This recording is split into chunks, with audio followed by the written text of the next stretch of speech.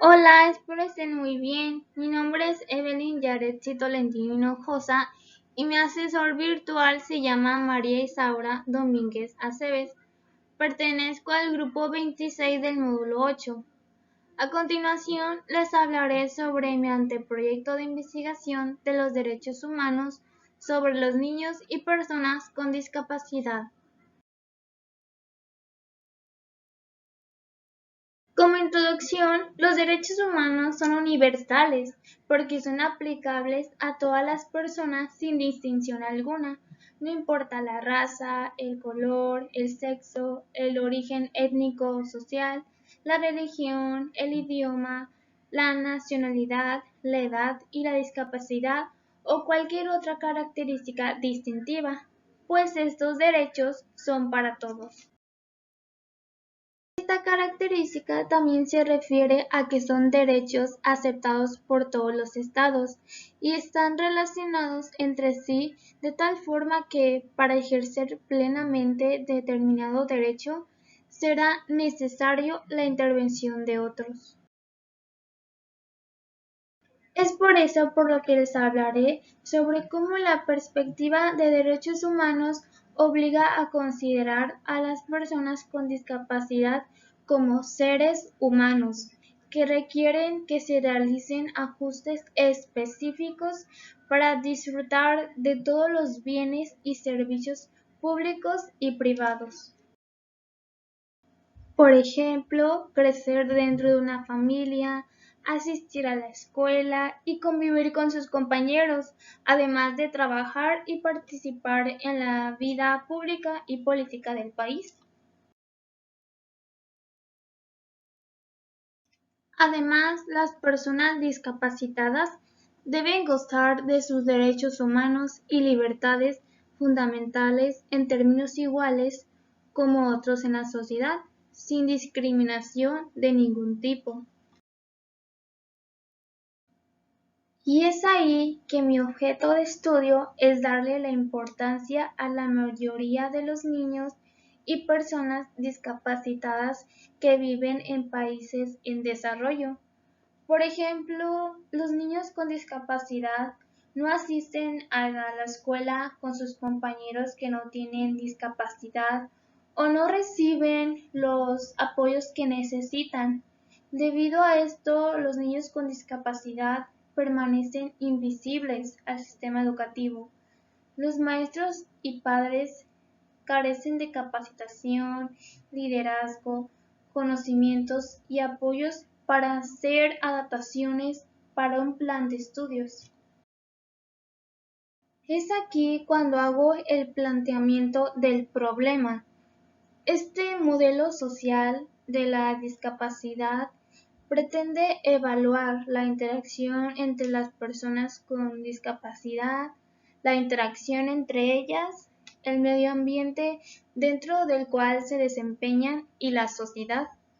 Las investigaciones que se han realizado han permitido establecer que, aun cuando una persona con discapacidad interactúa socialmente en forma diferente a otras personas, los problemas que confrontan no son originados debido a su discapacidad, sino principalmente a las actitudes que la sociedad manifiesta hacia la discapacidad. La Convención sobre los Derechos de las Personas con Discapacidad puede ayudar a eliminar la brecha entre la retórica de la educación inclusiva y la realidad.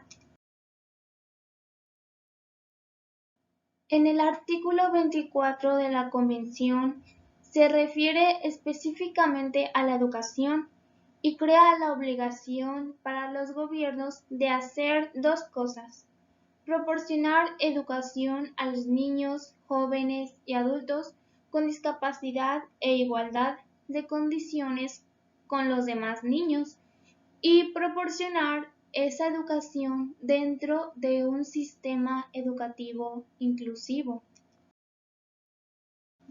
El objetivo de mi investigación es que se brinde apoyo a las familias a fin de comprender y satisfacer las necesidades educativas de su niño o niña con discapacidad por medio de la educación, la formación y el acceso a los servicios.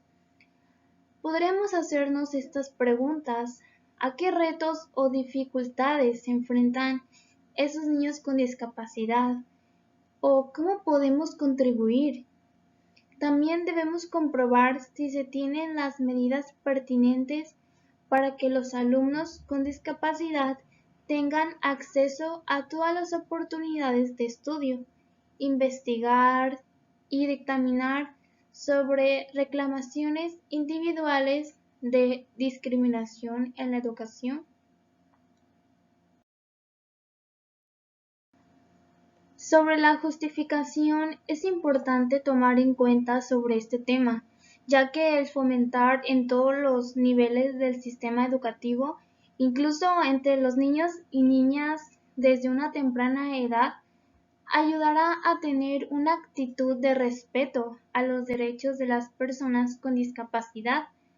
Es interesante para mí dar a conocer este tema con la falta de apoyo y recursos hacia los discapacitados, para así dar a conocer y promover programas de formación sobre sensibilización que tengan en cuenta a las personas con discapacidad y los derechos que tienen estas personas. La delimitación espacial es de los planes de educación a nivel nacional y estatal sobre inversiones en las escuelas y la infraestructura. Deben incluir presupuestos y planificación para transporte accesible de ida y vuelta a los programas de educación preescolar y a las escuelas con niños con discapacidad. Se debe realizar un programa de accesibilidad en las instalaciones de los programas y de las escuelas. Esto se realizará en todo el estado de Zacatecas, ya que cuenta con mayor población de personas con discapacidad. En cuanto a la población, para llevar a cabo esto se necesitará el apoyo de los maestros, a modo de incluir estrategias pedagógicas en aulas inclusivas con una población estudiantil diversa. También las familias y las autoridades del gobierno deberán incorporar la enseñanza de los principios sobre derechos humanos, tanto en el plan de estudios escolares como en la cultura general de la escuela, a fin de promover el respeto a los derechos de cada uno de los alumnos, incluidos los alumnos con discapacidad. Dentro del marco teórico me basé en fuentes confiables y respaldadas, de las cuales me ayudaron a contestar preguntas de mi investigación. Una de ellas es la Comisión Nacional de los Derechos Humanos, la CNDH, en su comunicado de prensa del año 2019, donde se mencionó la colaboración entre la UNESCO y la CNDH. Esta colaboración abre un camino muy fructífero para los derechos culturales, tomando en consideración el momento histórico por el que atraviesa nuestro país, donde existe la posibilidad de replantear la política en esta materia y establecer una que tenga como base la dignidad de las personas, así como reformular prácticas ciudadanas que posibiliten terminar con la violencia, el enojo y el resentimiento social. Otra fuente es sobre las implicaciones de la Convención sobre los Derechos de las Personas con Discapacidad de la Asociación La Educación para Todos. En esto se destaca la importancia del artículo 24 de la Convención, en donde se refiere específicamente a la educación, donde se debe incluir las medidas pertinentes para que los alumnos con discapacidad tengan acceso a todas las oportunidades de estudio. Mi metodología es cualitativa y me enfoqué en las observaciones características del problema.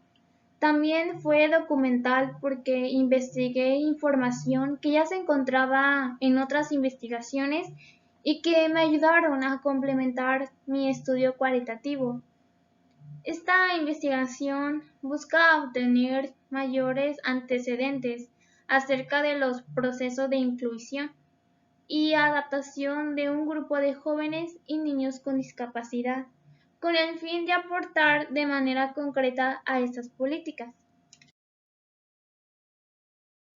Considerando la experiencia de 15 estudiantes del estado de Zacatecas, así como también la de su familia de diversas carreras y con distinto tipo de discapacidad, se les hizo preguntas abiertas y comunes. Mediante el estudio se llegó a la conclusión en donde aparecieron como relevantes los facilitadores vinculados al entorno, referente a ayudas técnicas, familia y red social, y por otra parte las características personales de los niños y jóvenes, como por ejemplo la capacidad de resiliencia que les permite sobreponerse y responder con estrategias personales a los desafíos y barreras existentes. También se dio a conocer el proceso personal y social con el cual han debido experimentar las personas con discapacidad en el ámbito de la educación superior y posteriormente en el ámbito laboral. Mi experiencia al hacer investigación científica en las ciencias sociales fue que aprendí nuevas cosas y elementos sobre el método de investigación. Comprendí que para que las ciencias sociales pudieran ser consideradas como ciencia y que sus estudios tuvieran la misma validez y veracidad que las ciencias naturales, tuvo que hacerse de una metodología de investigación que les permitieran someterse a comprobación lo que suponen. Capté que el monismo metodológico también es conocido como investigación cuantitativa y el dualismo metodológico también conocido como investigación cualitativa. Y si se juntan estas dos metodologías, se convierte como la metodología mixta.